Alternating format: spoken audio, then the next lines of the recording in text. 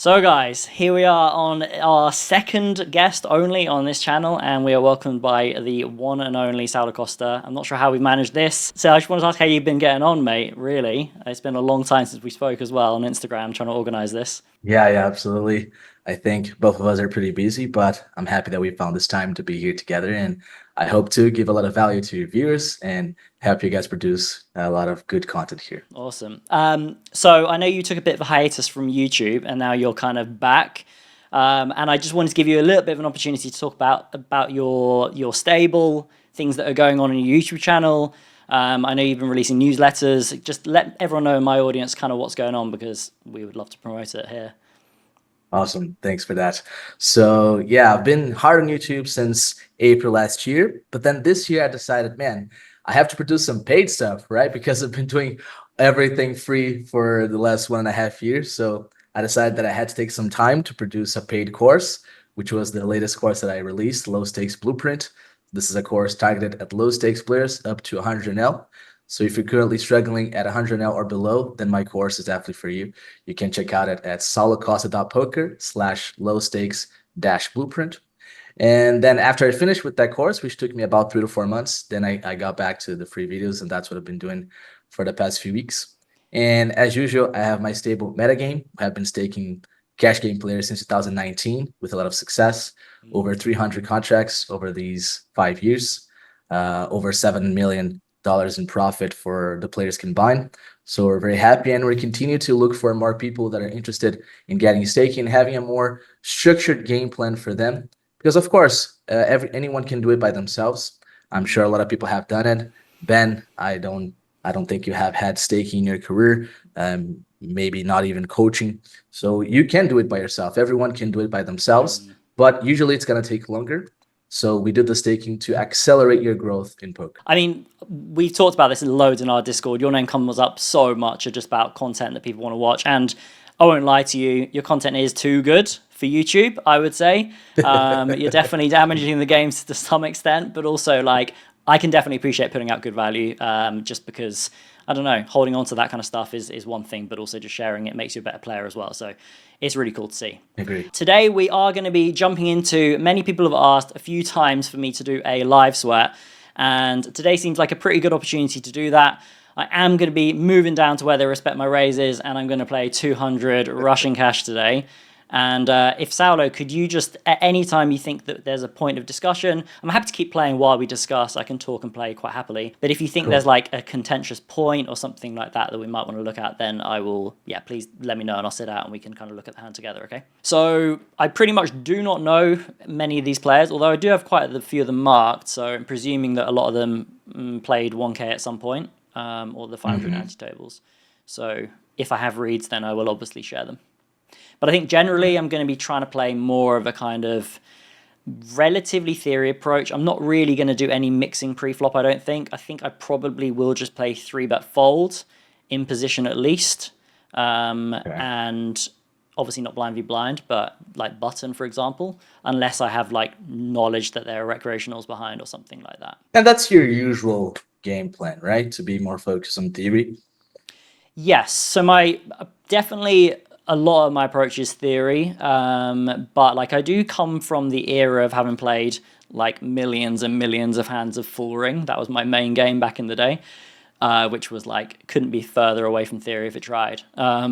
But generally speaking, yeah, I study theory a lot, and then yeah, I'm trying as much as possible to make exploitative adjustments. I would say a lot of the time, any excuse really to not play theory if I don't need to. Okay, sounds good.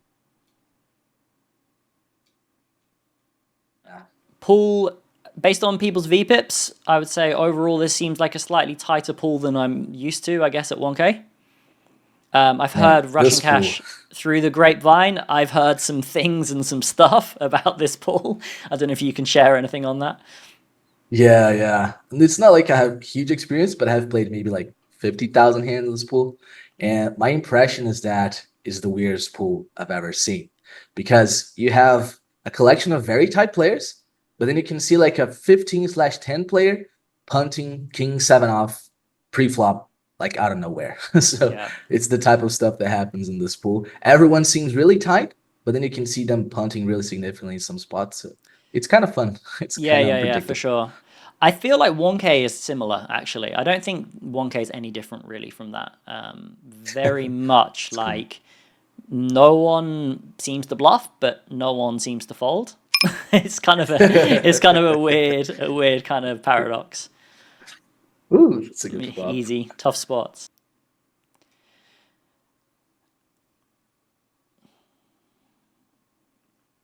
Yeah, what I'd be really interested in is in some hands, like I would like to share my perception on what I think MDA is saying about a situation, whether or not I think something's over, under, something, and just kind of hear your thoughts would be really, really helpful. Ooh, sounds good. I still imagine overpairs to shove. When I say overpairs, I mean like jacks, queens, aces. I should arrive with a fair amount of king X here, and I definitely am never folding a boat here, and I'm going to be calling. I'm not slow rolling. I'm just thinking. I think the value range is very, very wide still here. I mean, well, it may be relatively tight in this pool, but it's still wide enough for sure. Yeah. Yeah, I agree. I'm wondering how thin the out position can go. Probably, I think ace-9 would be too thin, but probably tens plus feels kind of on the line, I would say. Yeah, maybe tens in theory should go for a block bet size on the river, but I would say yeah, jacks plus seems pretty reasonable. And do you assume that people are kind of c-betting pretty correctly on the turn here? On the king? Or do you think that, because a lot of people I would assume would be using maybe block for range, or maybe if they're using half pot, they're not betting range, but yeah. Yeah, and I think many different strategies are viable there, and I think different people might perceive that card differently. A lot of people, as you said, might just range bet for a small size. Some other people might still develop a checking range.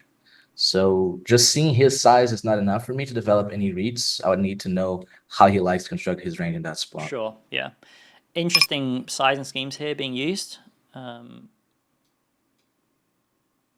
quite sure what to make of this. I haven't really developed cold call 3-bets, but I don't often see the old 2 to 5 big blinds, so I would probably assume that maybe I need to start developing some cold calls when that may be the 3-bet size. So my yellow tag is just kind of like regular recreational in these positions, doing nothing. I imagine this is again going to be a very, very under bluffed 4-bet spot. I think in this exact spot, this deep, I imagine calling is going to be the most prudent option, particularly versus a 20 VPIP, 2016 over 263 hands.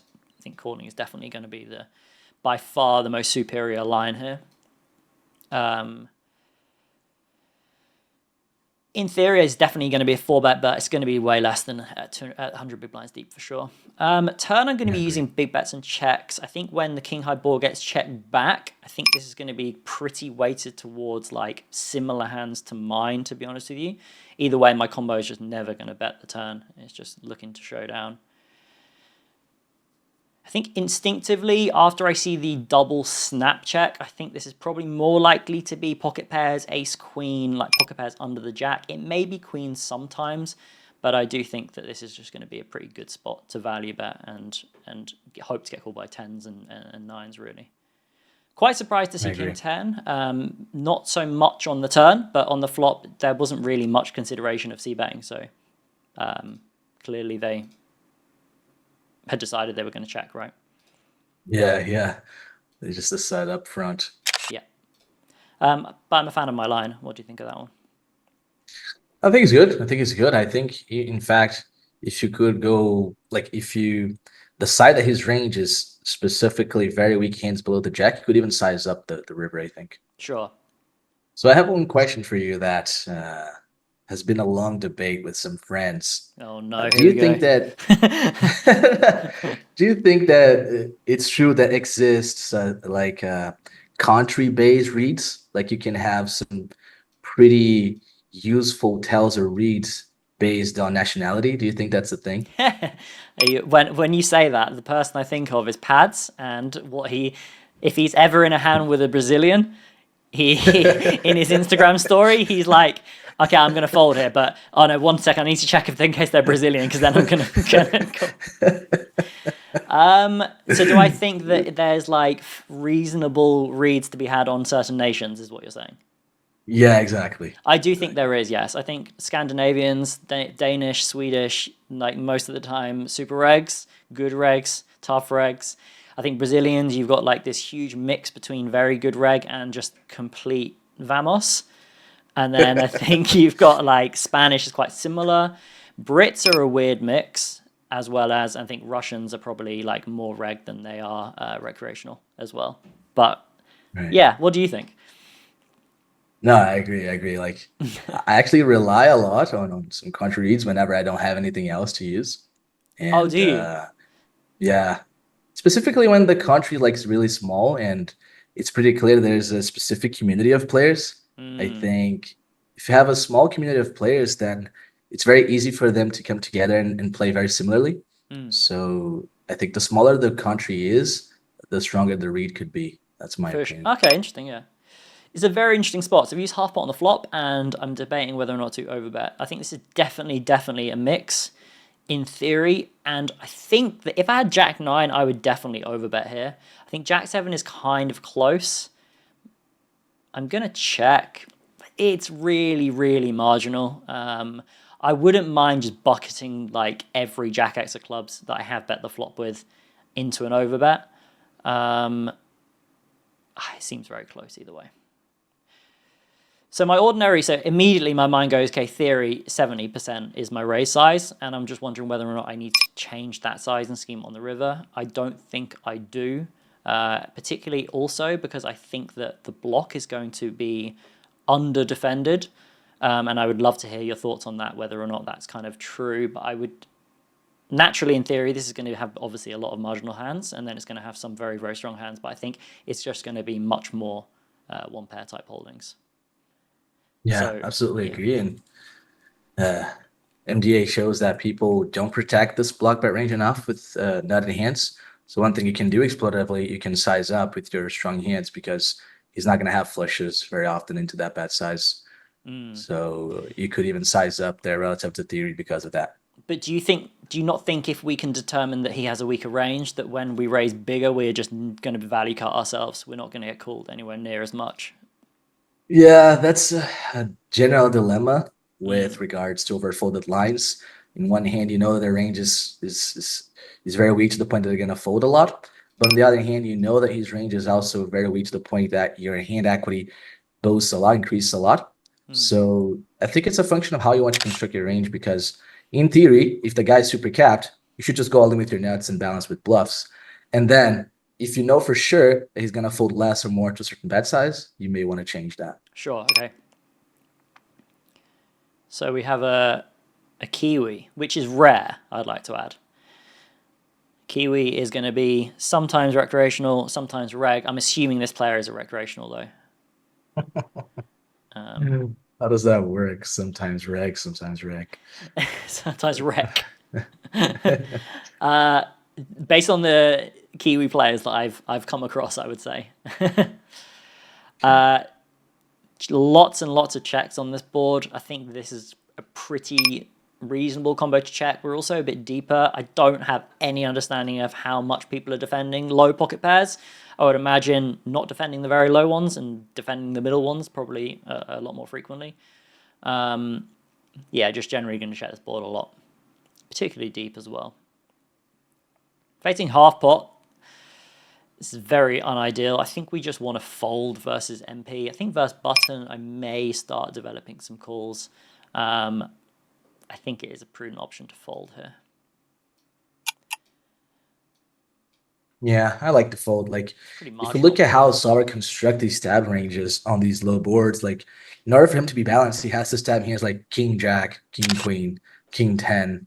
And it's hard for people at this level to realize that these hands should be stabbed.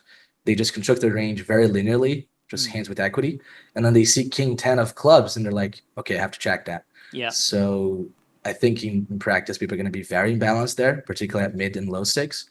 At high stakes, I guess regs are much better at constructing those ranges, but at mid and low, I think very imbalanced.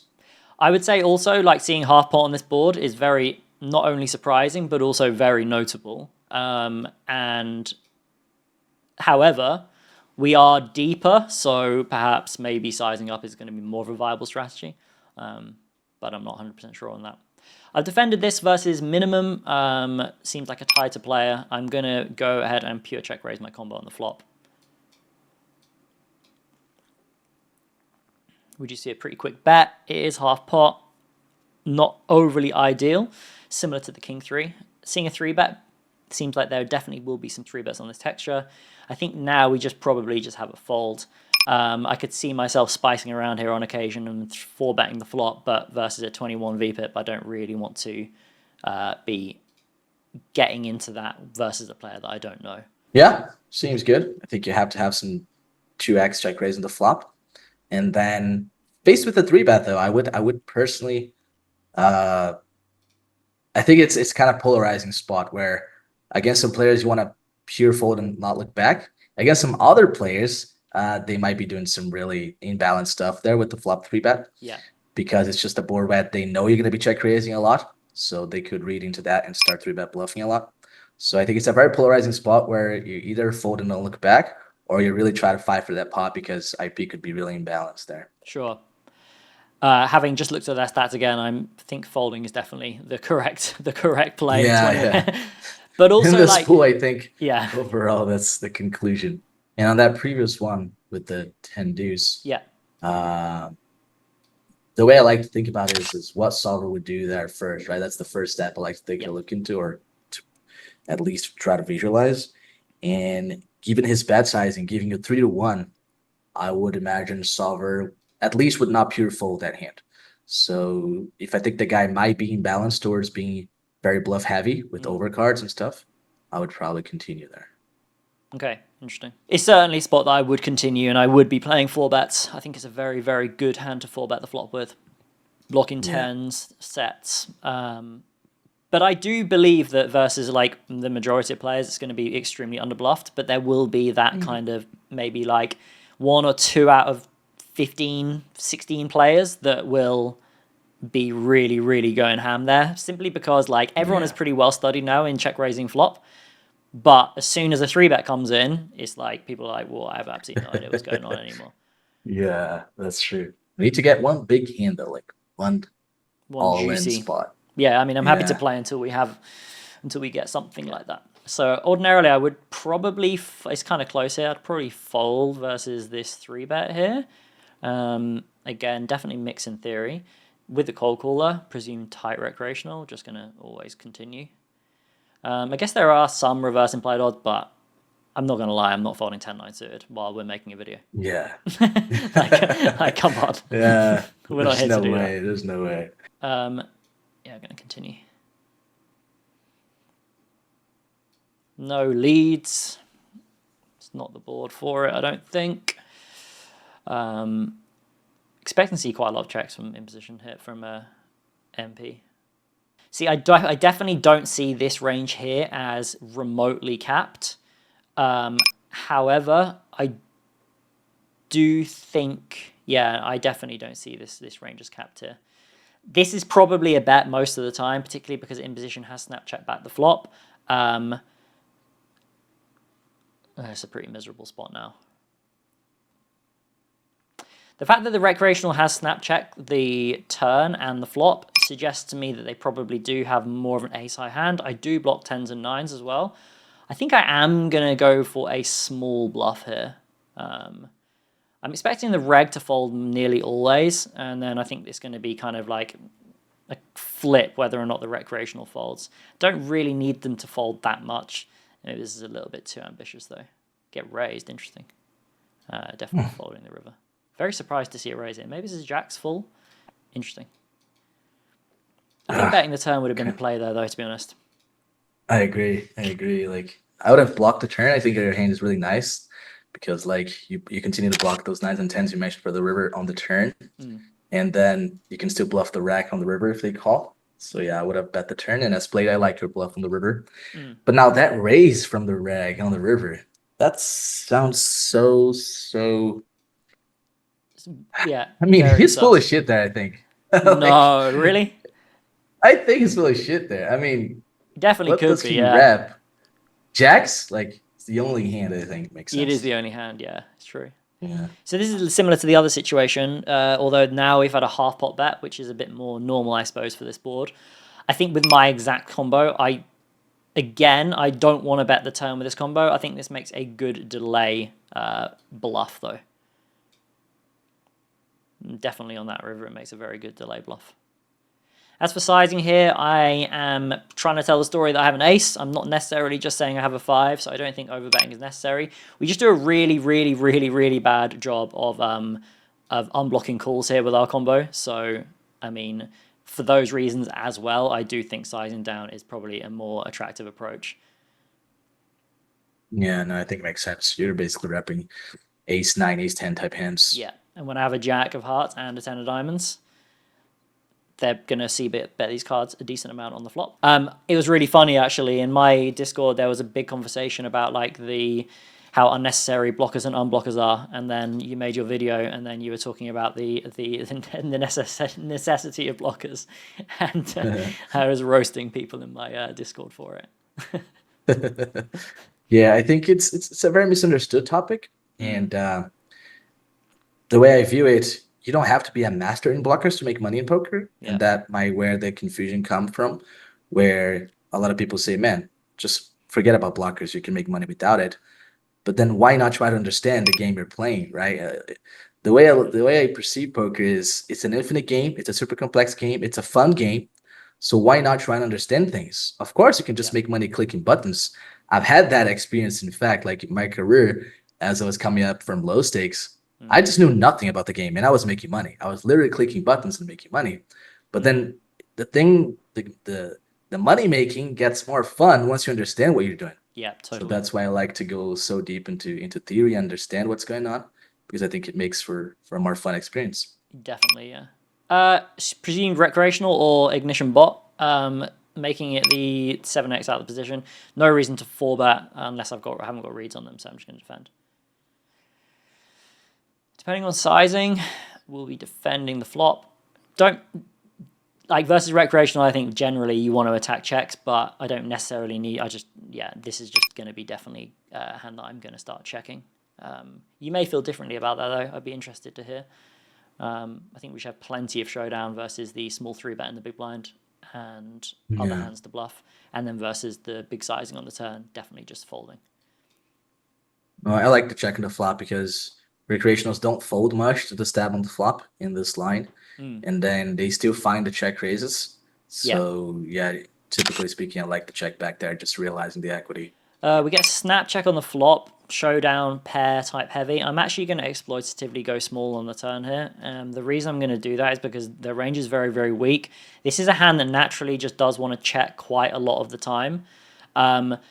But given that their range is so clearly going to be like a decent ace high or like one kind of pocket pair type combo, I think betting is going to be the play. I definitely want to overbet my combo here. I think that's probably just, again, is just going to be the natural play. Although I do think it's going to get massively, massively underdefended. I think checking would be a big error. Going small would be okay. And then kind of going like either the B70 or B132 probably is the right play.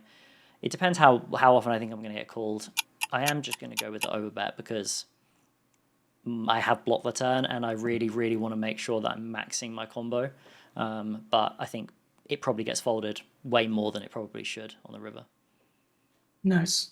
Yeah, unfortunately, like if we study population tendencies, we see that people overfold to pretty much everything, like every size, everywhere.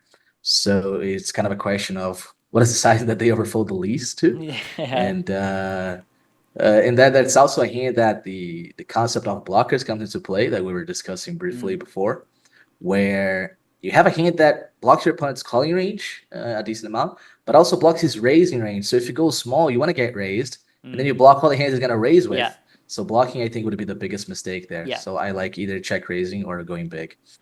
I don't think the action gets reopened enough on the river though. When I check. Like, that's my impression as well. Yeah, like even they're not going to reopen a bare ace there. Yeah. I think population so just will put in yourself. And I don't want to. I'm not someone to paint too many brushstrokes with population, but for the sake of this video, like that's kind of like the goal, right? To talk more about population. So we had a limp on the button, and I've ISO'd and I've been cold called in the big blind. I've decided to check the flop. I think imposition is going to have way more with kind of low pocket pairs than we are. And I'm just going to proceed with call. Seems like just the only option and the best play, I would say. I think also when I ISO, again, maybe talking a bit of a brushstroke, I think this gets under like 3-bet by like maybe like 9s and 10s and combos like that, particularly in the 200 pool. So we do not very well. Speaking of not doing very well, this is a very, very unideal spot. I don't think shoving has that much merit. Definitely not going to be folding, so I'm going to reluctantly call. It's not a bad river, I would say. And I'm going to fast check because I shouldn't have any straights here. And I wonder whether or not the players in this pool are going to start checking back sets on the river. Surely not. I would say surely. Yeah. There you go. There you go. Yeah, bad Yeah, I was beat, actually mate. thinking about leading that river, man. I was actually really thinking about leading that river because Interesting. they're just gonna check everything. They're just gonna check everything. And then if you bet small, they're not gonna fold. They're 2-pair plus.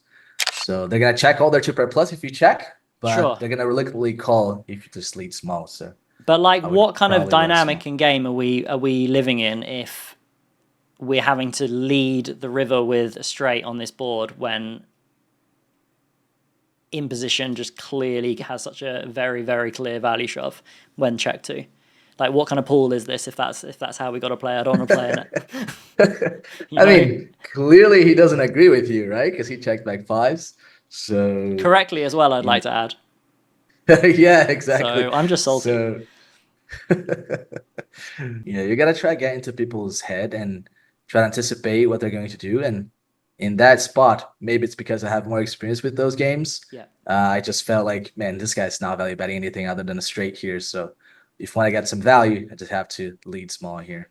That was my I mean, that's intuition. super interesting. And actually, like, I fully believe what you're saying as well, because again, going back to those people who send me these kind of hands from this pool, I've seen like a lot of that kind of stuff happening. Like, I just find that, I find the idea of that, of having to play in that way, and 1K is the same, very difficult to wrap my head around, because it seems like it's not the poker that I know or have known, and like the game's evolved in a very, very interesting and strange way that I wasn't anticipating, I would say. That's why I like to study population tendencies, because it's really hard to have a feeling out of pure intuition how people are going to play. And when you study population tendencies, you see quite a lot of examples where you expected the behavior to be X, and then take a look at the numbers and it's like Z.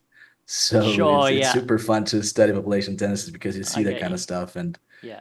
it's why I like it so much. All right, well, that kind of brings us to the end of the session. I think we had some interesting hands. I think I played okay. It is very late, and this is my third session of the day, so I was a little bit kind of slow, I think, with my approach. But I really appreciate you coming on and actually just kind of picking apart a little bit more about like what you might think about in hands and the ins and outs of, particularly with MDA. And honestly, I think I want to talk to you a bit more in the future, because I could really benefit from some of this stuff as well, to be honest with you as well. Awesome, mate. I really appreciate you inviting me. And we're going to do our video on my channel as well. Yeah. So you guys stay tuned as well for another installment of the series. Awesome. All right, mate. Thanks so much. Take it easy. Thanks, Ben. See you later.